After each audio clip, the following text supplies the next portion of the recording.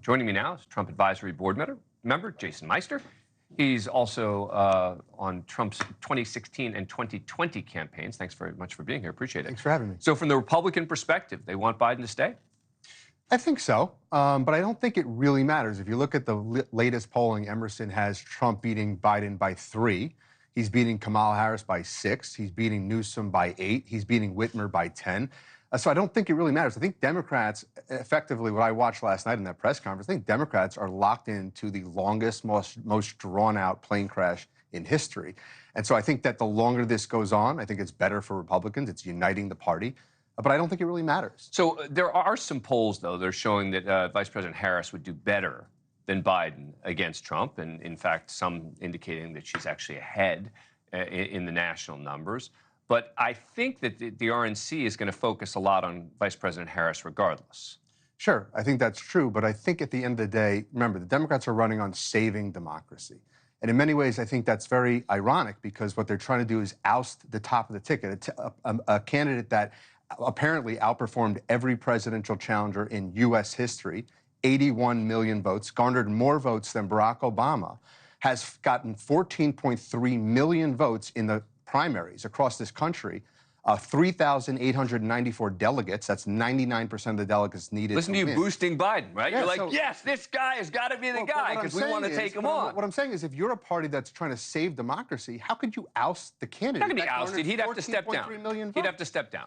Yeah, you'd have to impose the 25th Amendment because if he can't run, well, Dan, if he can't run for re-election in 2024, how can he run this country? How can he be in charge of 4,000 nuclear warheads if he can't remember that President Zelensky is not President Putin and Kamala Harris is not Donald Trump? But that's a separate issue, right? So what Democrats believe is that he's going to lose to Trump, right?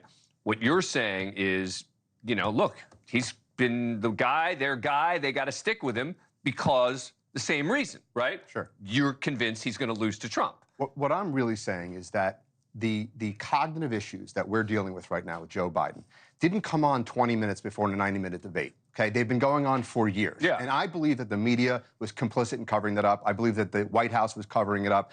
I was talking about his cognitive issues back in 2019. So I've been talking about his cognitive issues. So have you, right? Yeah. And the Daily Show made a montage making fun of me for saying that he had cognitive issues. And by the way, this isn't a Democrat or Republican issue. The fact that a president is compromised cognitively is putting you at risk. It's putting my family at risk. But the question becomes, what is the definition of cognitive, right? And I'm not a doctor. Sure. But there is a difference between someone who sputters and stutters versus someone who doesn't understand what's going on. And it does seem that, you know, you watch the press conference that happened last night, and it's clear he knows what's going on. He understands foreign policy. He's referring to numbers and details of Ukraine, et cetera.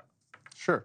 And I think he did an okay job. I mean, other than mixing up Putin and Zelensky and Kamala Harris and Donald Trump, I think he answered the questions. And that's why I think he did a perfect job as it relates to the Republican Party, because he didn't do enough of a bad job to get rid of him, but he's keeping it for another week. And I think that the pressure is going to continue to build.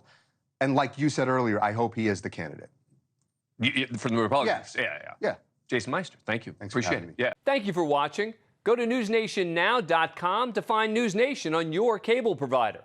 And don't forget to click the red subscribe button below to get more of NewsNation's fact-driven, unbiased coverage.